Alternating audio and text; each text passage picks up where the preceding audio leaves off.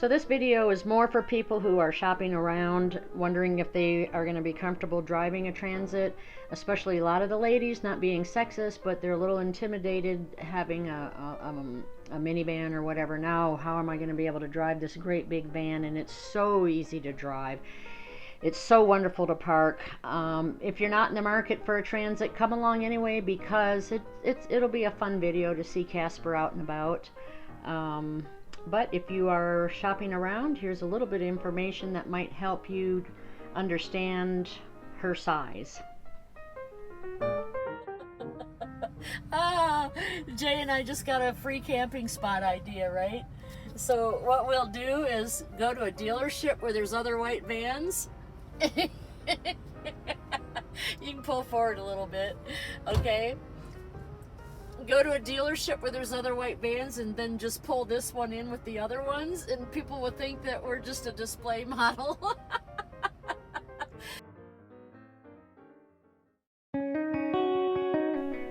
So the standard US parking space is 18 feet long by 9 feet wide.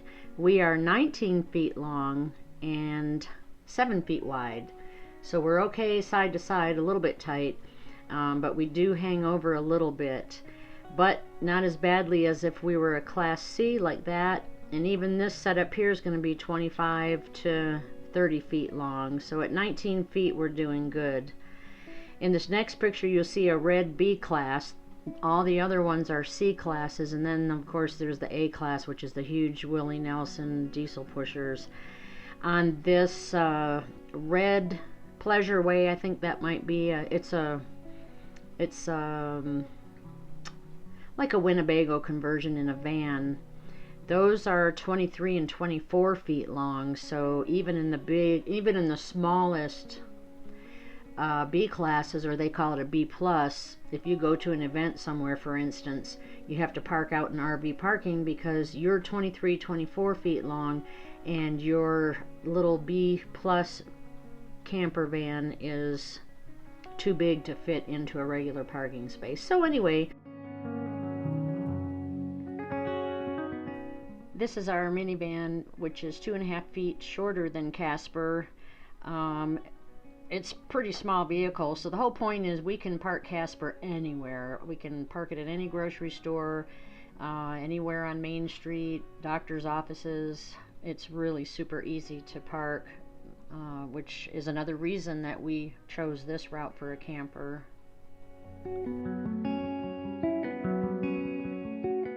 Here you can see the only place we really will have a problem is parallel parking. If somebody's close to us in the front or the back, or we could get parked in. So this is just one situation that we're going to have to maybe try to avoid, because we are line to line.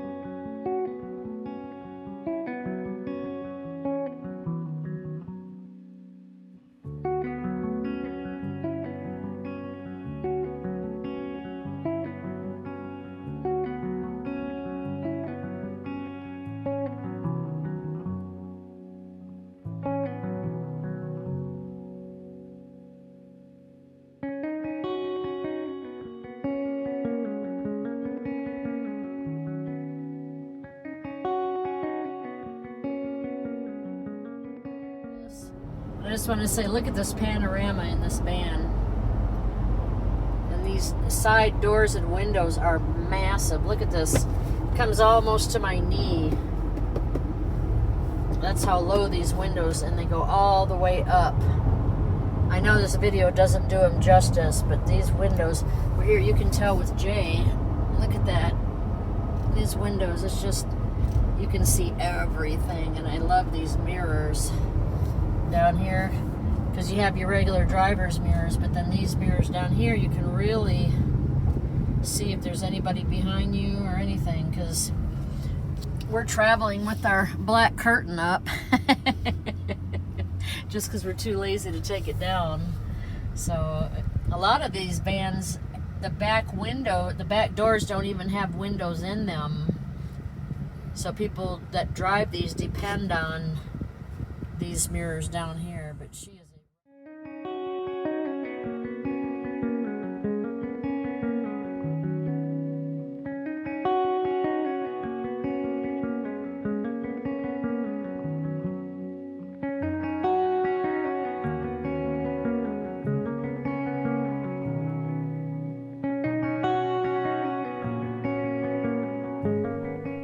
So on the Ford Transit sites, we get the question about, will my Transit fit under a such and such a measurement for the drive-throughs? That's a huge question.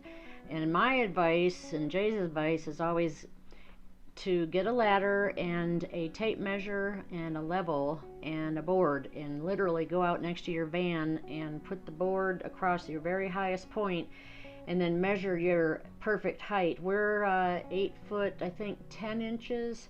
So anything that's under 9 feet, we don't even attempt to go under. So we can't go to the Burger King drive-thru, as you can see. But that's okay. It's no big deal. It's worth the sacrifice.